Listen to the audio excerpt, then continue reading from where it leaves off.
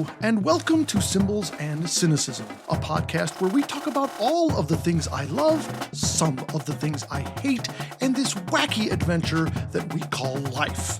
My name is Bob, I'm your host, and I'm glad you're here today as we talk about Bands of America Grand National Finals, smoke some mac and cheese, and decide once and for all, is it GIF or JIF? Let's get started.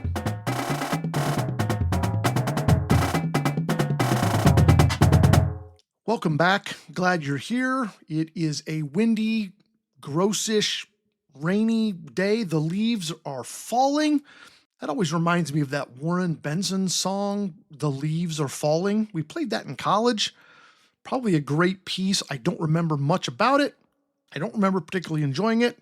My apologies to the Benson estate. Got a little fan mail this week. Just one message, two parts. First part, candy corn is delicious, a pox upon your house. This person is so passionate about the deliciousness of candy corn that they have wished a pox upon my house.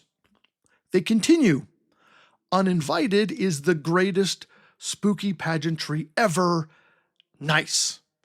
Okay, so they hate my take on candy corn. They love my take on spooky pageantry. No report yet on whether my uninvited pageantry take took the pox off of the house that was imposed by my candy corn take. Regardless, candy corn tastes like melted wax that was peeled off of a hobo's shoe and then reshaped to resemble a kernel of corn. But everyone is entitled to their opinion on whether that actually tastes good or not. Do you remember that scene from Seinfeld where Frank flashes back to Nam and tells the story, or maybe it was Korea. He flashes back, tells the story of thinking that he can save the rotten beef by cooking it in enough spices. I sent 19 men to the latrine that day, or something like that. Sometimes stuff is just bad, and we need to admit that it's bad. Candy corn is bad. And sometimes stuff is good, and we have to admit that it's good, and uninvited by Pulse Percussion is good. Again, no judgment from me. Well, maybe a little judgment.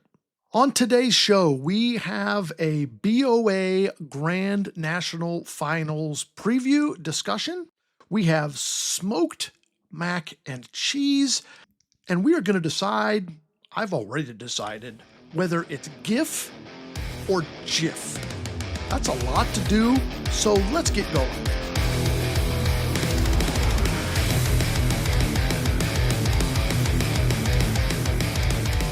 Bands of America. First, let's talk about what this episode was supposed to be. I promised you for multiple times this season an interview with James Stevens, who is on staff with Music for All. He is the national director of advocacy and an old friend of mine. He told me he'd be on the show. We've not been able to make contact this week, so I apologize for no James Stevens. James, I hope everything is okay. Hope you're doing all right. And hopefully I'll see you this week at BOA. We can get in touch. So no James, so just me. Let's discuss what is Bands of America. Well, there is a national organization called Music for All. And Music for All deals with all kinds of public school-aged music. They do general music, choir, string, band, etc. Within Music for All, there is Bands of America. We often refer to this as BOA. It's a music education advocacy organization and promoter of all things band. They were established in 1975 under the moniker Marching Bands of America, and this year they're celebrating their 50th anniversary. They were renamed Bands of America in 1984, and I discovered Bands of America in 1995. We'll talk about that a little bit more in a bit. So what do? Well, they have a lot of things. They do educational specific things like a summer leadership academy, summer drum major academy. It's a week-long camp where students can go, they can march, they can play. There's strings, there's concert band tracks, there's jazz band things. It's a great like summer camp, week long. It's usually in June. So they provide that. They do have concert events, festival events that you can go. You can get judged or not, receive a clinic. Really, really great events. They're probably most well known for their fall competitive marching band events. Throughout the fall, they host a series of different levels. One is regionals, those are held throughout the country. This is a national organization, and it doesn't take the place necessarily of local state circuit or smaller regional circuit. It's just another way to get this kind of exposure. Super regionals expand that region out a little more, again, held in select locations across the country. And what we're talking about today is Grand National Finals, which happens in Indianapolis every year, and that is coming up this week. Prelims are Thursday and Friday, and any band in the country, or outside of the country, I guess, can perform at Grand National prelims. You don't have to qualify. You don't have to like get a particular score or win a thing. Registration opens up earlier in the year, and you just have to be one of the first X number of bands. Now, there is a stipulation. If you did well enough last year at an event, you get sort of first dibs or early entry or something. So there is, if you're annually nationally good, there is sort of a assured path or a more sure path to getting in. But there are bands that are going just for the experience of the event. They're not really going, to win. I remember the first time I took kids to the Buckeye Invitational in Ohio Stadium. We weren't going to win. Winning wasn't the goal. The goal was to play in Ohio Stadium in that venue. It's, iconic venue, iconic stadium. And so a lot of bands go to Grand Nationals just to say they went to Grand Nationals. It's a great stadium. It's a really cool event. And to say that you did it, to have your name on the shirt and have your name in the program is pretty cool. So prelims is Thursday and Friday. The top bands advance to Saturday for semifinals, and then the very top of that is Saturday night Grand National Finals. When I was in high school, I didn't know any of this. I'm not really sure I was aware that there was competitive marching band of any sort. I went to a high school, and I think I've mentioned this on the podcast before, but we were a block style band, pinwheels and blocks and lines and so forth. And I loved that, right? I'm not poo-pooing that. It was a great experience for me. I just didn't know about modern drum corps. I didn't know about modern competitive marching band until I was in college. I got my first drumline gig in the summer of 1994, teaching drums in the local Columbus area when I was at Ohio State. And that was not a competitive band, but we played against competitive bands on Friday nights, at football. And so I would see other bands doing these things, and I started to learn about the competitive nature. A year later, in 1995, a couple of friends, college buddies of mine, said, "Hey, what are you doing this weekend?" And I didn't have anything to do this weekend. And they said, "Well, why don't you come with us? We're going to Grand Nationals. We got an extra ticket. Do you want to go?" And I said, "What's Grand Nationals?" I had no idea. I'd never heard of BOA. I'd never heard of Grand Nationals. I had no idea what they were talking about. They said, "Well, it's this big marching band competition. It's in Indianapolis. Why don't you come with us?" Sure. Why not? So we get in the car and we drive from Columbus, Ohio to Indianapolis, Indiana. At that time in 1995, Grand Nationals was at the RCA Dome, originally called the Hoosier Dome. I believe it was renamed just a few years before 1995. Anyway, if you remember the RCA Dome, if you've ever been there, whether it was for, the Colts played there, right? This was the Colts home stadium back then. The roof was held up by pressurized air. And so the only way in or out were through airlocks of some sort. And most commonly, it was a revolving door. So you would sort of have to push the door, and spin it around. And when you would enter the inside, you would feel this whoosh of pressurized air trying to escape. Kind of a really cool feeling. And then the inside of that dome, I don't know if it was the pressurized air. I don't know if it was just the inside. Some venues have a smell. I think this way about a lot of baseball stadiums. Like you go to Wrigley Field, you're like, it just smells like Wrigley Field. Well, the RCA Dome had a smell. It just smelled a certain way. And at that time, we're 95. You could buy finals tapes on VHS, and I did that for years. One of my other first memories was, bands get done late. We're hungry. We're college kids. We don't have a lot of money. We'd walk a couple of blocks across the street. There was a Steak and Shake. I think it's still there, which if you're not from the Midwest, Steak and Shake is a great little burger joint. They have like smash burgers and shoestring French fries and really great milkshakes. Still a huge fan of Steak and Shake. So we walk in the dome for the first time, and I'm like, wait a second. Bands perform in like NFL stadiums, and these guys that I'm with, these buddies of mine, had marched at Grand Nationals. They were in a Grand Nationals band. One of them had marched in finals before, and it's like, oh wow, this is really cool. So we walk in and we sit down, and my first band that I saw at a Grand National Finals was from Michigan. It was the Plymouth-Canton Educational Park Marching Band. Okay, so they come out, whatever, never heard of these guys. They're from Michigan, Plymouth-Canton, whatever. They were doing a show called Prophecy of the Earth. The guard started out in long black hooded cloaks. Eventually, they took their hoods down and they had this bright silver, like Rod Stewart looking futuristic. This show was like Mad Max Beyond Thunderdome, post-apocalyptic, end of the world. Just for a kid that had never seen anything like this, I just sat there, and my buddies are like cracking up the whole time because they know this thing exists, and I had no idea.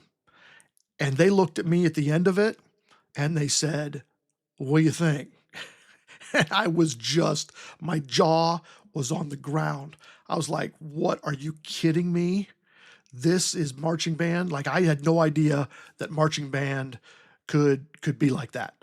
A couple of bands later, a band called Lake Park, they're from Chicago, I think, came out and just played the most normal classical music. I think it was like, I don't know, Mozart or something. It was just beautiful. The way they moved, the way they sounded. I'd never heard anything like this in my life. And right then, I was hooked. I decided Plymouth-Canton was going to be my new fanboy obsession. And I pretty much loved them ever since. Since then, I remember their Wizard of Oz show. That show was absolutely fantastic. I've seen so many, many wonderful performances over the years from so many bands. The Plymouth-Canton Wizard of Oz show, where it was a combination of the Wizard of Oz and Wiz. If you remember the musical The Wiz, that was all like disco funk music, and they combined these two and sort of told the story of the Wizard of Oz, and they had the witches riding around, must have had 50 bicycles, and the witches were riding around on bicycles. It was just like, that blew my mind. I remember Center Grove from near Indianapolis doing Do Not Go Gentle Into That Good Night, music by Elliot Del Borgo. And at the end, they all kind of fell in the black hole after battling the night, and everybody kind of dies at the end of the show. I remember the first time I saw Lassiter from Georgia, from near Atlanta. They did a show called The Wind and the Lion. I'd never heard of the movie The Wind and the Lion. I had no idea what it was, but this music was awesome. It was like intense. It was a battle, and it was sort of modal. It was crazy. I remember leaving, getting back to Columbus, and going and finding out that the music for The Wind and the Line was a movie. It was a movie from the 70s starring Sean Connery and Candice Bergen. It was about Candice Bergen gets kidnapped by like these pirates or whatever, and then she has to get rescued. But the music, I found out it was from a movie, The Wind and the Lion, written by Jerry Goldsmith. Like, whoa, Jerry Goldsmith, he is a legend. And when it was up for an Academy Award, it lost to Jaws. Second place to Jaws. Anyway, great, fantastic marching band show. The number of students they had on the field was just phenomenal. What else? Tarpon Springs. They are from Florida, from Tarpon Springs, Florida. This is a more recent show. It's called Man versus Machine. And the guard is these robots. They plug the performer in and they come to life, and like they battle the man versus the machine, and it's like humanist. It's just in fact, anything Tarpon Springs.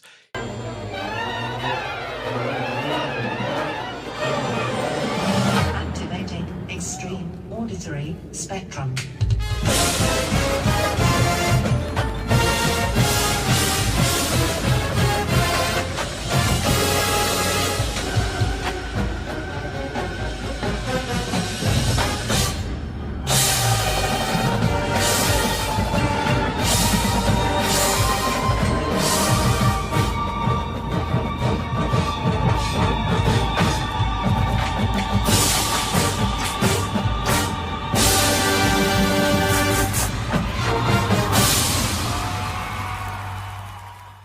Tarpon, if you're listening, I love you. I love you so very much. Please hire me. I will shine your mouthpieces. I will sort marching band shoes. Just kidding. I am not worthy to shine your mouthpieces or to sort your marching band shoes, but I love you anyway. I wish you'd come back to Indy so I could see you live again. You haven't been in a number of years. I miss you. Avon from Indiana. Great shows over the years. One of my favorite is called Iconoclash. It was like classical music plus pop music mashed together. Great arrangements in that show. My very favorite, I think, Avon is called Unbroken. They take the first 8 notes of Pachelbel's canon and they trace it through all of music history from Pachelbel all the way up into modern pop music. That artists, for generations to come, would use the same 8 notes in the same perfect order.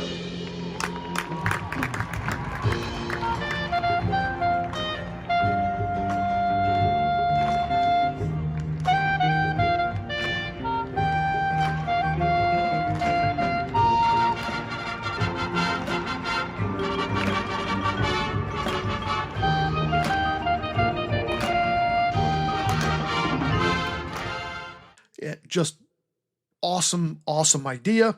Claudia Taylor Johnson from Texas, the Circle of Life show. They use some music from The Lion King. Just the visual is visually stunning, this show. I'm going to put a bunch of these links in the notes below. Please watch them. I remember my first experience in Plymouth-Canton and being wowed by that.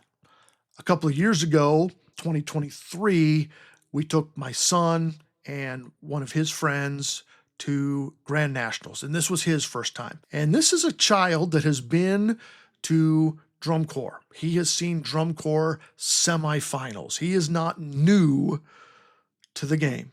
And I said a long time ago, early on in this podcast, that one of my favorite things about drum corps to do regarding drum corps is to take someone for the first time, to take someone and see them have that first wow moment.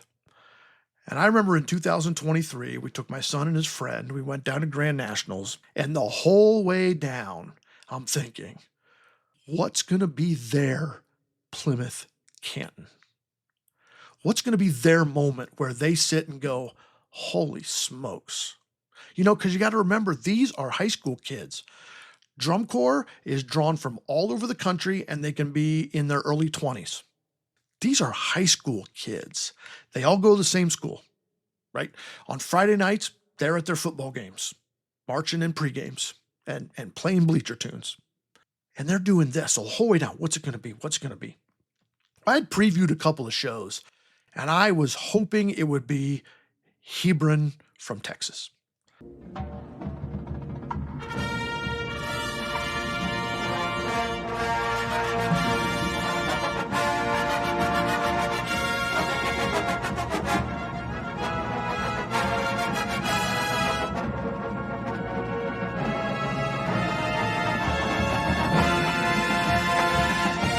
Now performing from Lewiside ISD, the Hebron High School Marching Band. It was Hebron. We walk in, we sit down, and out comes one of the largest and best. I think they ended up 5th or 6th that year, which to me was low, but I don't know what I'm talking about. And I remember my son and his friend were sitting behind me, watched the whole show. I turned around and their jaws were on the floor. Just an amazing show. It's amazing to watch. You can watch it on YouTube all day. It doesn't give you that same feeling of being there. I don't go to BOA every year. When I do, there is always something memorable. The level of excellence that all of these bands produce, it just blows my mind every year. As a director, I would sit there and just marvel at the amount of human manpower it takes to get these bands there, coming from Texas, coming from sometimes California, Florida, New York. I mean, it is literally every corner of the country bands are coming. The amount of buses, air travel, trucks, etc., to get these kids here and have them be here for 3 days or 4 or whatever their stay is, the money, the logistics, just wow. And then again, and I will do it again this week too, these are high school kids with this level of excellence.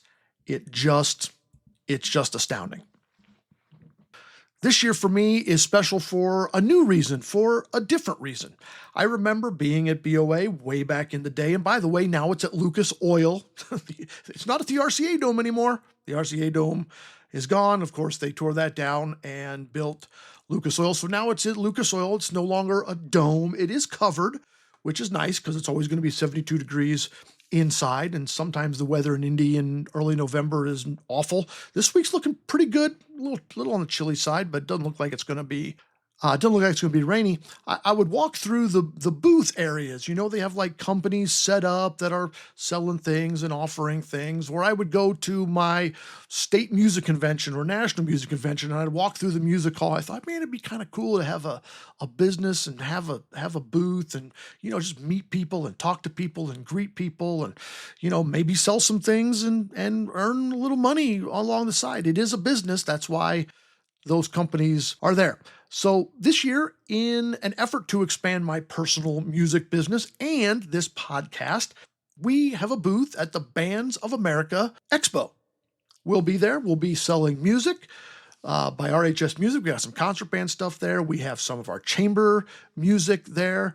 We've got contracts. If you're looking for a marching band arranger, come talk to me. We're not selling any marching band music, but we can certainly get you along the way to get in a contract and do that. We've got our water bottle stickers on hand. We have fidgets there. We do not have any merch, but we'll be wearing merch and you can see what it looks like firsthand. In my wildest dreams, we sell out of everything and get 15 new marching band clients. And I know that's not going to happen. In my worst nightmare, they forget to save me a space and I have to set up in the parking lot and it rains. Probably that is the more likely scenario. But in all reality, we hope to meet some of you. If we've not met you, stop by the booth. We are, if you're there, head through the Advantage West Club, which is the sort of the food area just outside of the main bowl of the stadium on the home side. We are near the main west entry gates. Look for us at booth 64B. And, we'll be near really cool people. I think we're near the FJM booth and maybe the Army ROTC booth or something. I forget the other one that's real nearby. If you're there on Thursday, stop by. You'll catch Kathy, our producer. She'll be helping man the booth on Thursday. The rest of the week, Thursday, Friday, and Saturday, Bourbon Matt will be there all weekend as well. So we'll be in and out and watching bands, but somebody will always be at the booth. Stop by, say hi, buy a sticker or don't, buy some music or don't. We'd love to say hi. We'd love to talk to you about the podcast and, buy a fidget. We've got some cool fidgets that are happening too. I'm currently playing with one right now. They're really, really great. Months of planning has gone into this. My basement has been BOA booth central for a while now. My wife is really looking forward to it all being boxed up and in the back of the car and on the way. I'm looking forward to a great time watching bands, meeting new people, and sure, maybe selling a few things along the way. This is a business after all. Okay, bands to watch out for this weekend at Grand Nationals. If you're watching YouTube or if you're at the event, the defending champions from Avon, Indiana, Avon High School, they won the Indianapolis Super Regional. They are looking really strong. They are performing this weekend in the Indiana State Marching Band Finals. I assume they're the final, I assume they're one of the favorites there. Don't know if they're going to win. A couple years ago, maybe 5 or 6, they did not win Indiana State. The next year, they turned around and won Grand Nationals, beating the band that beat them at state finals. So different judging systems sometimes look for different things. Also there this year is Broken Arrow from Oklahoma. That's a long way. They just won their state championship. They always do very well when they come to BOA. They don't always come because of the travel, but they always do very well. I watched a little bit of their show. Super fun, super cool, very colorful in a very not colorful sort of way. Third one to look out for, Flower Mound. I hadn't seen this show all year until this week. It just won the Texas State UIL Championship. That UIL stands for University Interscholastic League. That is the state level Texas organization that handles all competitive events. It handles everything from show choir to high school football and every single thing in between. So they just won their state championship. It was close. It was close between Flower Mound and Hebron. Hebron's not coming to BOA Grand Nationals, so look out for Flower Mound. They got a really great show. I watched it. It's absolutely beautiful. My dark horse prediction for a finalist, they're probably not going to win Grand Nationals, but to make it to finals, my dark horse making it to finals this year 2025, write it down, look it up, Troy High School from Troy, Ohio. You've probably not really seen it. You've probably not really heard of them. You're thinking, how are they? Look, their show is called The Power of Hello. It's how one simple word, just hello, can make all of the difference. It's a great show, and my prediction is they shock the world and make finals. My winner? This is tough. Avon is probably the easiest answer. They have a fantastic show. They have a fantastic staff. They are the home team. So they have the advantage of proximity. They won last year, so it's probably pretty easy to say back-to-back. But I'm going with Flower Mound from Texas. It's been a while for a Texas band, and I think they eke it out this year. I think it's really, really close. To be honest with you, I have absolutely no idea. But my for sure, absolute 100% true prediction is when you're watching, you will say, wow. If you're coming to Indy, stop by the booth and say hi. If you're not, look for us online. We'll be posting pictures and maybe some quick videos all week. And if nothing else, click on the links in the description for some past videos of BOA Great. And we'll see you next time.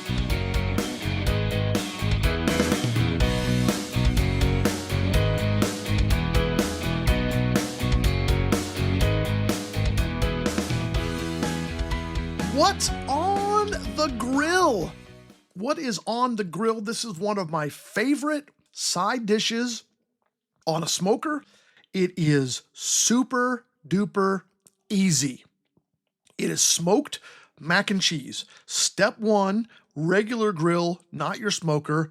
Grill yourself some bacon, okay? An entire pack of bacon. Make it a little on the crispy side, but not burned. You don't want black, you don't want singed, but you do want it to be crispy.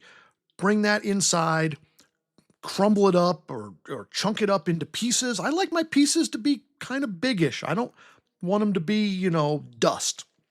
Now, the mac and cheese itself, you're going to use whatever recipe you prefer for crock pot mac and cheese, right? So obviously you need pasta. In my house, we would use gluten-free pasta. You're going to use cheese, butter, right? We prefer some cheese that's like nacho cheese, like creamy nacho cheese, right? Like dip.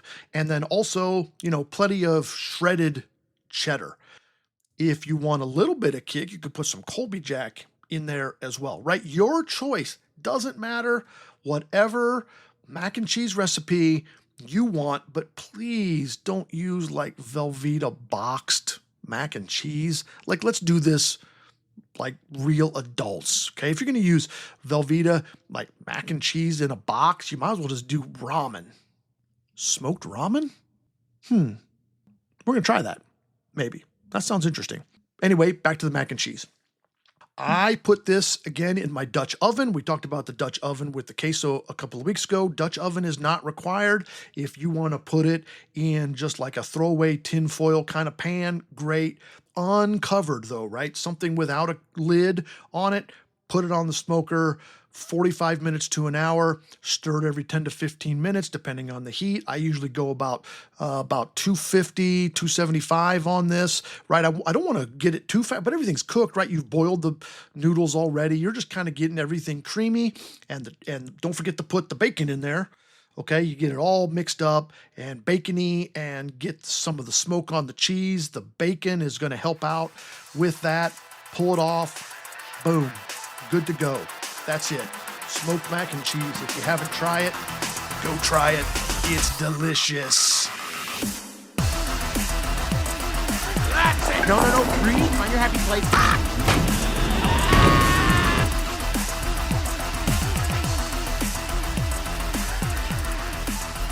Let's decide once and for all, end of the debate. Is it GIF or is it JIF?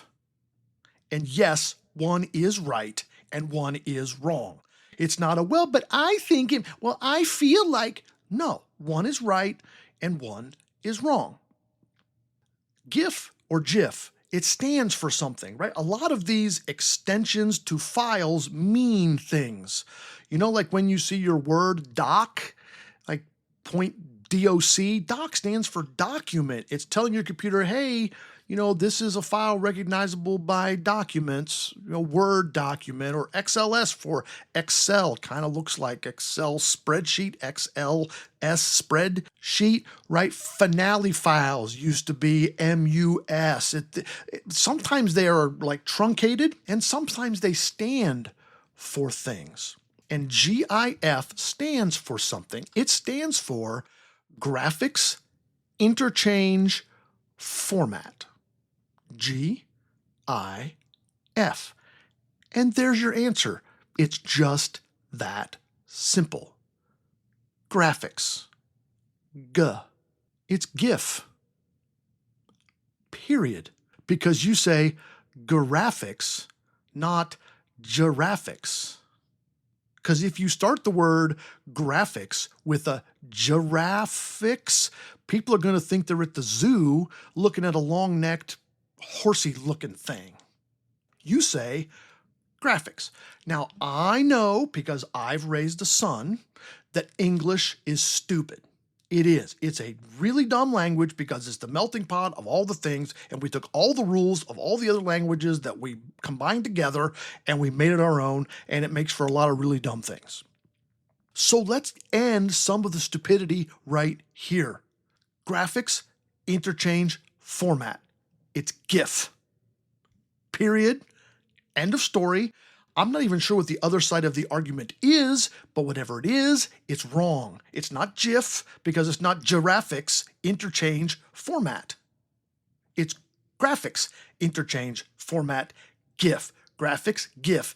Deal with it. Say it right, or I'm ignoring you. I feel better. Do you feel better? I feel a little better. This week's homework, man, super easy. Watch some high school band, and not your local high school band. I mean, unless your local high school band is at Grand National Finals, in which case, go ahead and watch your local high school band. I mean some high school band either at Grand Nationals, or I'm putting links in the description. I'll put a whole bunch of them down there. There's some of my favorite shows over the years. Some of them will be kind of old. Some of them will be kind of new. You're going to find something that says, wow.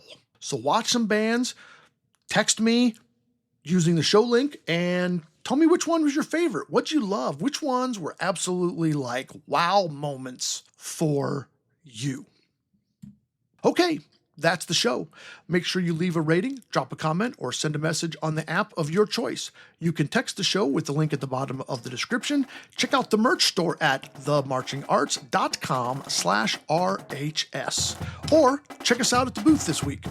Hope you'll join us next time for a deep dive into episode 2, Attack of the Clones, something neat with Matt on location from Indianapolis, and sand. Thanks for joining me today. The theme music is Diddle Gok, written by me in 2022, copyright RHS Music. The show logo was designed by John Suh. The show is produced by my sister, Kathy. I hope you'll join us in Indianapolis this week and next time for more reflections and rantings on symbols and cynicism.